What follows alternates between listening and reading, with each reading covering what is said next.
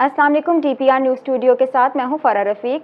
खबर शामिल करते हैं। कमिश्नर फैसलाबाद सिल्वर सईद ने अवामी मसाइल के हल के लिए DPR न्यूज़ स्टूडियो के लाइव सेशन के दौरान निशानदेही करदा अवामी शिकायत को फौरी तौर पर हल करवाने के लिए महकमों को हदायत जारी की।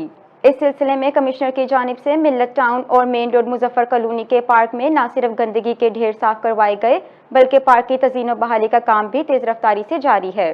इस सिलसिले में कमिश्नर का कहना था कि पार्कों में साफ सुथरा और खुशगवार माहौल की फराहमी के साथ शहरियों को रिलीफ की फराहमी भी हमारी अव्वलीन तरजीह है।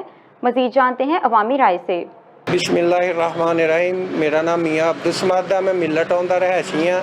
साढ़े अफरीदी चौक के विच ना कूड़े का बहुत निज़ाम बुरा सीगा, उत्थों लंघना बहुत मुश्किल सीगा। सोशल मीडिया ते लाइव चले, मैं उत्थों देख के इन्हों कल कॉल की, अज इन्होंने उत्थों बहुत अच्छा काम किया, उत्थों सफाई करवाती। शुक्रिया कमिश्नर साहबा का भी, उन्होंने सारी टीम का भी। जी, कमिश्नर फैसलाबाद ने एक बहुत अच्छा एक इकदाम किया है, सोशल मीडिया प्लेटफॉर्म डेवलप किया है। जो देहातों के लोग हैं उनकी पहले रसाई मुमकिन नहीं थी कि कमिश्नर फैसलाबाद तक वो पहुँच सकें, तो ये एक बहुत अच्छी चीज़ है। मैनेजमेंट का इसमें एक अप्रिशिएट वाली बात है। तो ऐसे ही अगर होता रहे निज़ाम, कमिश्नर फैसलाबाद तक अपने मसाइल रख सकते हैं, उनका सोल्यूशन भी वो करेंगे और कर भी रही हैं। सोशल मीडिया ਨੂੰ ਪੋਜ਼ਿਟਿਵ ਸਾਈਡ ਦੇ ਉੱਤੇ ਤੁਸੀਂ ਇਹਨੂੰ ਲੈ ਕੇ ਆ ਰਹੇ ਹੋ। DPR ਦਾ ਬਹੁਤ ਬੜਾ ਇਕਦਾਮ ਹੈ। ਲੋਕਾਂ ਕੋਲ ਟਾਈਮ ਨਹੀਂ ਹੈ ਕਿ ਜਾ ਕੇ ਦਰਖਾਸਤ ਦੇਣ, ਸੋਸ਼ਲ ਮੀਡੀਆ ਤੇ ਬੈਠੇ ਤੁਸੀਂ ਆਪਣੀ ਕੰਪਲੇਨ ਕਰਦੇ ਹੋ। ਕੱਲ ਅਸੀਂ ਪ੍ਰੋਗਰਾਮ ਦੇਖਿਆ, ਉਹਦੇ ਵਿੱਚ ਅਸੀਂ ਇੱਕ ਕੰਪਲੇਨ ਦਿੱਤੀ ਹੈ, ਉਹਦਾ ਫੌਰੀ ਹੱਲ ਹੋਇਆ, ਟਾਈਮ ਵੀ ਨਹੀਂ ਜ਼ਾਇਆ ਹੋਇਆ। ਬਹੁਤ ਅੱਛਾ ਕਦਮ ਹੈ, ਅਸੀਂ ਇਹਨੂੰ ਐਪਰੀਸ਼ੀਏਟ ਕਰਦੇ ਹਾਂ। कमिश्नर फैसलाबाद का बहुत अच्छा कदम है। इदा ही कमिश्नर फैसलाबाद DC AC सारे सुनन, गरीब आदमी की पहुँच तक जाए, सियासी बंदा विच कोई भी ना आवे।